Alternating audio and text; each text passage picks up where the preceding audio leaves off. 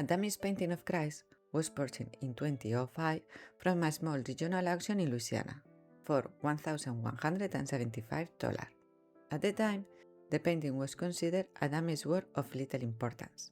Darkened varnish, repainting, and early restoration had heavily altered its appearance. After acquiring the painting, art dealers Alexander Paris and Robert Simon brought it to conservator Diane Modestini. During the restoration, all varnish and previous repainting were removed, while damaged areas of the image were retouched. As the image changed, some specialists began to identify characteristics associated with Leonardo's technique, meanwhile others remained skeptical.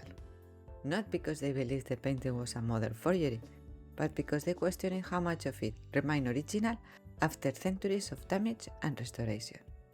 In 2011, the National Gallery in London included the painting Salvator Mundi in its Leonardo da Vinci exhibition.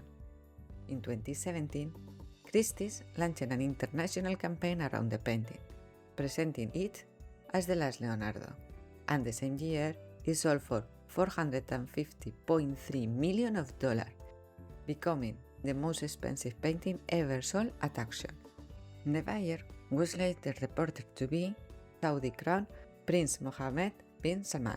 After the sale, the painting disappeared from public, and today it's believed to remain in secure storage in Saudi Arabia, where plans continue for a future museum project in Al Ula. The debate surrounding Salvator Mundi has never fully ended.